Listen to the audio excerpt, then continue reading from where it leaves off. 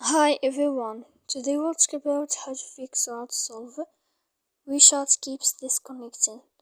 To know how to fix or to solve Wechat keeps disconnecting, you should just go to settings. After that we click apps, default apps, app settings. When you'll find this page, you'll enter to the window of Wechat. Here in this page of app and for we click on first stop and we click OK.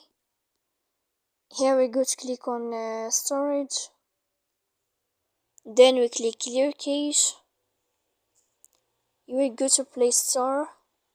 You'll find here uninstall and you can wait 3 seconds to install again your application of Wechat. So please don't forget to support us by like and subscribe. See you next time in another video and thank you for your attention.